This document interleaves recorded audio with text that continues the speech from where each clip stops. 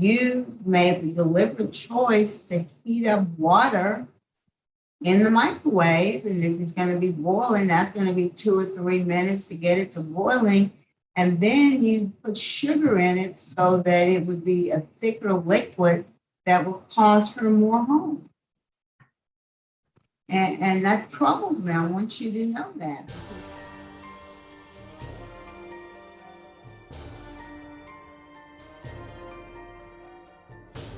Good morning.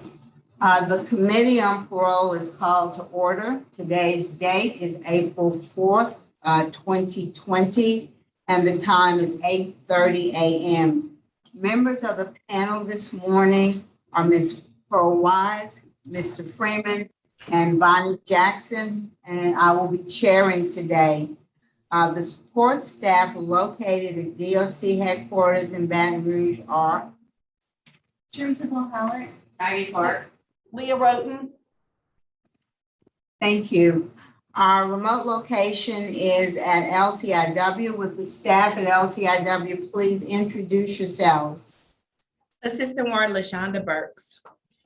Tara P. ARDC Manager. Lucinda Raymond, Security. Lieutenant Bynum, Security. Our first case is Tessie Walet, DOC number 465291. Ms.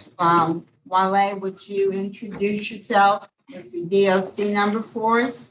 My name is Tessie Ann Walet, and my DOC number is 465291.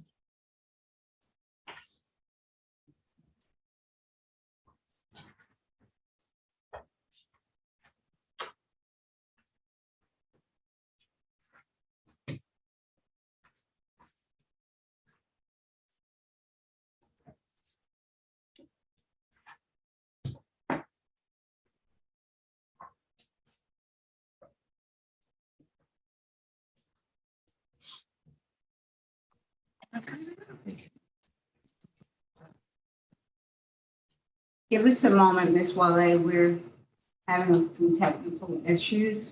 Yes, ma'am.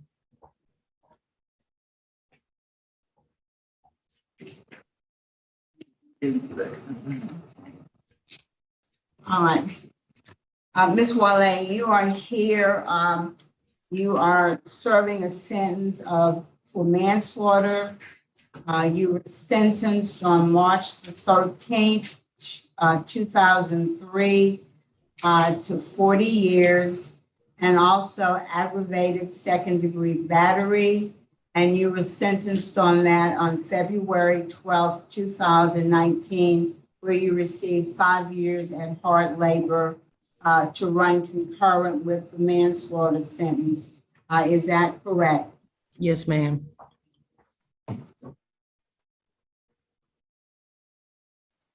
All right. I'm going to explain the process to you. I've already read some identification into the record. The parole panel will conduct an interview with you. At the appropriate time, we will allow the participants who've indicated to speak to have their input. And we have 2 speakers today, both of whom are speaking in support. Ms. Kylie Hebert, your niece, and Ms. Vicky LeBlanc, your sister. At the end, you will be allowed to make a brief statement before the board. Do you understand the process? Yes, ma'am. Your case has been assigned to Mr. Freeman. I'm sorry, Ms. Wise is going to be in the case today. Good morning. Good morning. Ma'am, yes. Good morning. Good morning. She's talking to me. Yes. Yes, Good ma'am. morning. I'm so sorry. Yes, ma'am. I'm talking to you. We're going to begin the interview process at this time. Okay. To call out for the record, how long you've been in jail? It will be 20 years, exactly May 28th of this year, 2022. 20 years on May 28th. And you have had 4 write-ups in those 20 years. Is that correct? Yes. Okay, and you didn't get a write-up for the 2019 incident. No, for ma'am. Yeah, It had so happened, that's, go ahead. it had happened in May of 2017.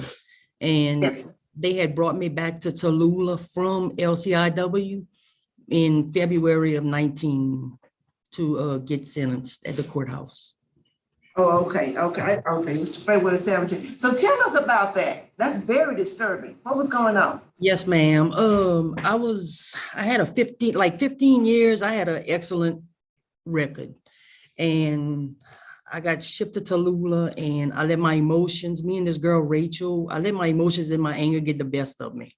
That's how I can put it. But since then, however, I have taken anger management. I've taken living in balance, substance abuse, phase 1 and 2, life's healing choices. I took a 12-week Experiencing God Bible study. I did the Inside Carol's weekend experience. I did the 9 months of Celebrate Recovery inside. I did the Onesimus Project for 10 months, and I did the Partners in Parenting for 12 weeks, and I attend AA meetings regularly. And I've got some degrees and some certificates too in horticulture, landscaping, and NCCER, and I'm also an NCCER instructor. But I had taken anger management in Cottonport years ago, and over there they just like taught us like to understand and reduce our angry feelings. But over here, when I took it, it taught us how to cage your rage. You know, it taught us our triggers. It taught us, you know, there's alternatives. There's other ways, because it's like if you make a choice, whether it's a good choice or a bad choice, there's consequences you have to face. And they didn't teach us that back then. But it's like now I know that. I got the tools now. I'm glad to hear that. That sounds like you have really thought about that. But I'm just going to put on the record that that victim is strongly opposed to your early release, and so is the DA's office, strongly opposed. Okay. Had that not happened, my decision would have been easy. But I'm very challenged. I want you to know that about that incident. So you did. So what are your triggers for anger? Because and let's go back to your murder charge. What was that all about? I let my anger get the best of me because I had been angry my whole life.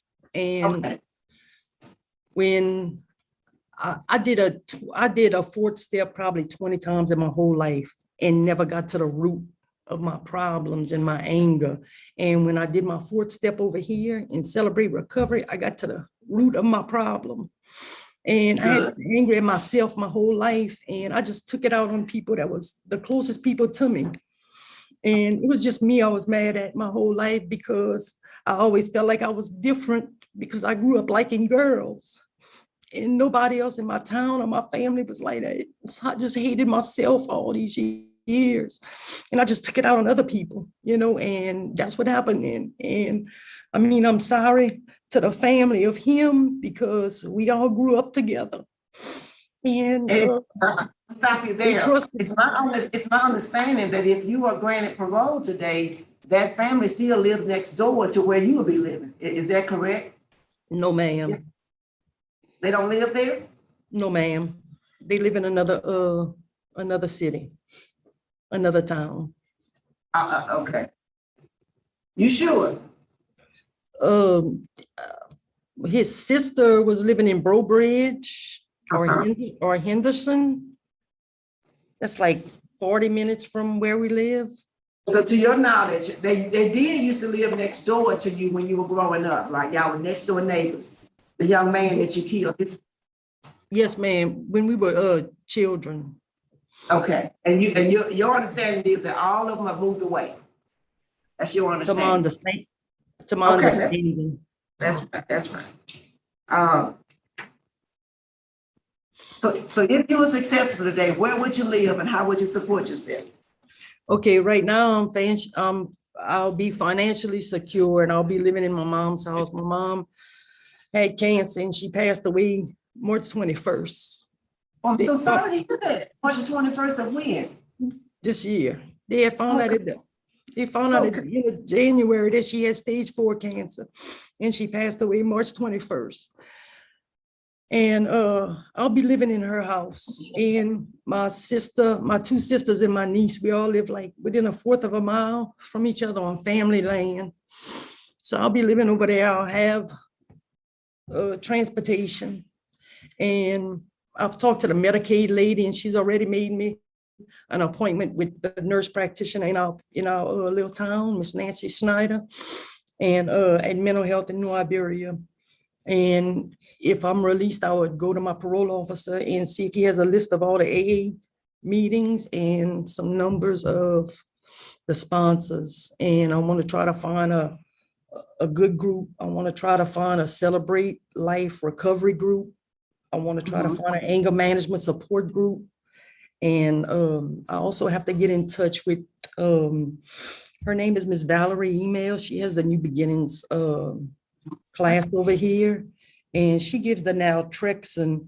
It's it blocks the endorphin receptors in your brain. So that way you don't feel alcohol or anything like that. And they have a 16 to 20 session aftercare support group that goes along with this that I want to do. And I also want to get me a job. I used to farm sugarcane with my cousin. And the shop is right across the road from my mom's house. I haven't gotten a chance to get in touch with him, but he might need help. If not, there's sugarcane farmers all around. I have degrees, I got certificates, and You have spent your time well, and you really have spent your time. So what would you say to the victim's family? If they were here just briefly, what would you tell them? I would just tell them how I'm sorry and we grew up together. And they trusted me and I let them down. And it's like I've done everything to better myself. And I'm not coming back. And to Rachel, I'm sorry. But it's like back then I didn't have the tools I have now. If I'd have done stuff different back then, I didn't know, I didn't have the right tools that I got at LCIW. The programs over here work. The one at Cottonport didn't work. They didn't teach us what they taught us over here. And now I have what I need because the tools I got over here is the tools I use here. Because it's an everyday basis over here. It's a struggle. So if I could, I pass, it's like I just passed the test here. If you can do it in here, I can do it out there. I know I can. Thank you, Mayor. And I don't want to put this on the record. One of your victims, 9 members of the family sent in letters of opposition. One of your victims, 9 members of their family sent in letters of opposition. You have strong DA law enforcement opposition, and your other victim is also strongly opposed to your early release. I just want to state that for the record, but I just want to commend you for your good work. Okay. That's all Could I say That's all something? Yeah, go ahead. Okay, Mr. Bo Dewey, the district attorney, I get the Daily Iberian where I'm from, and he had an article in there, and this is the article right here. And they had opened up a new juvenile assessment and service center in New Iberia, and he's the one that was cutting the ribbon. And it's the area juveniles they charge with delinquent offenses. Okay. And parents can also refer their child to this program if their child is displaying ungovernable behavior. Okay. And I'm NCCR certified. I'm an instructor to teach craft skills. And I was thinking about getting in touch with him when I get out and see if I could donate my time and try to help some of these juveniles. And maybe we can teach them some skills and put them in the workforce, and maybe we could help these kids. And I also have I have this right here. They have this, one of the Saints players. He has a foundation. It's called Tay Nation. And he's partners with families and friends of Louisiana's incarcerated children. And I would like to get in touch with them too, because maybe they can help us. Maybe we can start in Iberia Parish with the juveniles and spread out to other parishes. And I don't know, these kids need to know somebody cares. Thank you for that. You really give that some thought, and I appreciate hearing that. And That's all I have. All right, thank you. Ms. Walet, do you have any questions? No, ma'am. Ms. Walet, Yes, ma'am. when you spoke to Ms. Wise about your manslaughter charge, you just simply said you had anger issues. Why were you angry at this victim? Why did you take out anger on this particular victim? Because he had called and threatened to kill me and my family and stuff like that. And I shouldn't even, you know, I had called the cops, I had called his parole officer, and they had just told me, they're like, well, we can't do nothing unless he does something first, you know. And You got a gun from your parents' house and you Yeah. acted looking for him. And when you found him, you killed him. And then you enlisted a friend of yours to help you dispose of his body. Is that accurate? no, I acted alone. I did. But what about disposing of his body? Yes, I did. She was charged with being an accessory after the fact. She did. She was charged with that, but she didn't have anything to do with it. She knew about it. She knew about it. Well, sometimes people do things in the heat of the moment. But in this case, it wasn't the heat of the moment. You had to go get a gun and then you had to go and look for him. And so you had ample opportunity to think about what you were doing and make different choices. And then when I look at the situation in the jail, again, you made the deliberate choice to heat up water in the microwave. And if it's going to be boiling, that's going to be 2 or 3 minutes to get it to boiling. And then you put sugar in it so that it would be a thicker liquid that will cause her more harm.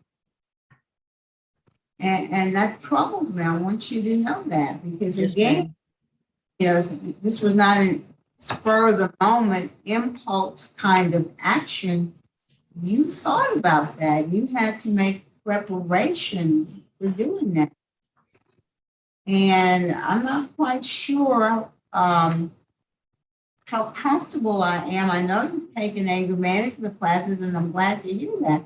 But, certain things you ought to know without having to take a class. That you're going to pour boiling water on someone and put sugar in it. And I understand it was because of some dispute or disagreement with her involving a girlfriend of yours. Is that correct? Yes, ma'am. And I have never had a girlfriend since because I gave it up. Again, you say that now, but I'm concerned what happens in future relationships if you get angry or when you get disappointed and all of that training, because you had anger management training before. Yes, ma'am. And all of that might just go out of the window. So how can we be confident that something like this isn't going to happen? I know it's not gonna happen. Well, you may know, have to make us confident that it's not going to happen, not just you knowing it. Because I don't want, I have taken a vow of celibacy and I don't want relationships anymore. I don't. I just the idea of me being with someone or someone touching me or me touching someone else, I'm not comfortable no more. I've been through a lot and that's not something I want no more. If the victim of the manslaughter wasn't an intimate partner, so it's not relationships, it's what's going on in you and the anger that you seem to have that you take out on other people. Regardless of what the cause of it is, you made some pretty deliberate steps to. I was pregnant for him at the time. Okay. Hmm? That's information that's new to us, that's never been disclosed before. All right, well, thank you. That's all the questions I I have. forgot to ask the Ms. warden. Wise. So I forgot to ask the warden, if there any input, staff there have for us, I'm so sorry. Okay. Good morning. Yeah. I'm Assistant Warden LaShonda Burks. So she has completed the horticulture program here at LCIW. Since completing the program, she continues to be the caretaker of the plants in the LCIW greenhouse. As far as mental health, she is stable and compliant with treatment. She has completed numerous self-help and cognitive behavioral programs. She has a total of 4 disciplinary reports while being housed here at LCIW, the last one being on January 8, 2005, and that was for disobedience. And that concludes my input. Appreciate it. All right. All right, well, now, Ms. Walet, we'll hear from the speakers. And the first one is Kylie Iberia, your niece. Yes, Ms. Jackson, she's not connected. Okay, Ms. Iberia is not connected to audio, so she's not able to hear us. So we'll go on and see if we have Vicky LeBlanc. Is Vicky LeBlanc on the call? Yes, ma'am. All right, go ahead, Ms. LeBlanc. What would you like to say on behalf of Ms. Walet? Yes, she's my sister, and I'm in favor of her coming home. She has all my support and my family support. We all live by each other on family land. And my sister lives next door, which is her sister and niece. And, you know, we have a couple of kids and grandkids, and we, you know, we have, you know, she has our full support. Thank you. And we still don't have Ms. Iberia. All right. Well, Ms. Walet, is there a closing statement that you'd like to make on your behalf to the board? I just wish y'all have mercy on me, because I know what I did in the past is wrong, but I promise y'all with everything in me, I'm not coming back. When you know better, you want better, you do better. And I've learned better. I'm better today than I was yesterday, but I'm not as good as I'm gonna be tomorrow. And I want to go out there and make a difference. And what I did in the past, there's no excuse for that. And these people didn't even deserve that. The people or their families didn't deserve it, because not just them as victims. Even Rachel, she's not a victim. Her family's a victim too. It's not just her. And none of them deserve that. But I want to go out there and make a difference. And I want, like even the DA, I want to work with him in the future to try to do something with these kids, these juveniles. In relationships, I'm done with relationships. I know y'all probably don't believe me, but I'm done with them. I don't want that anymore. I have a focus. I want to start a business. I want to start my own business. I have some fonts that I have to get copyrighted. I have to get in touch with this guy. He said if I get released, I have to get in touch with him. He has an attorney in New Orleans. And we'll do the proper and the legal way, how to copyright my fonts and get a screen printing business going. And I don't know, I just feel like I can do a lot out there. I can, but my focus is on my family, staying sober and helping people, not to make the same mistakes I made. And I want to go in these high schools and talk to these kids, because I know they have a lot of kids sitting there in those high schools that's hating themselves and that's angry with themselves and don't know how to talk about their problems. And I don't don't want it to just build up like it did with me, and then all of a sudden, someone gets murdered, you know? I mean, no. Thank you, Ms. Walet. Is the panel ready to vote? Yes, I'm ready. We'll start with Ms. Wise. Thank you. You have really prepared for today. I hear you. I hear your heart. I hear your intentions. Yes, I hear ma'am. your intention. I hear your efforts that you're gonna make. But I'm just not willing today to take a chance on you. And my Okay. condolences for your loss of your mother. Thank you. Come from a very good family, and I appreciate hearing from them today. But Thank due to the overwhelming victims' opposition, Okay, strong law enforcement opposition, I'm just not willing to take that chance today. You keep doing what you're doing. Get another hearing. I Take care. respect that. I respect that. Thank you. All right, Mr. Freeman. I also concur. I'm very proud of what you've done while you've been there. Thank you. To them with the boiling water does make me a little nervous. I think without that, it would have been a slam dunk vote, but I'm gonna deny it this time. Okay, I can respect that too. Well, Ms. Walet, you got 2 votes to deny, so you know the outcome today is not going to be favorable. My vote today also is to deny because of strong victim opposition, law enforcement. Okay. But you've done a lot of good work, and you have a good heart, ready to get out and serve. And so I'm going to urge you to stay out of trouble. That's Keep working hard. And I'm gonna keep striving to do better than I'm doing right now. And I want to come back before y'all and prove to y'all, I don't know how long it'll be before I can come back. 2 years. 2 years? I'll be back in 2 years to see y'all. Well, I look forward to seeing the progress you've made. All right. All right, good luck to you, Ms. Walet.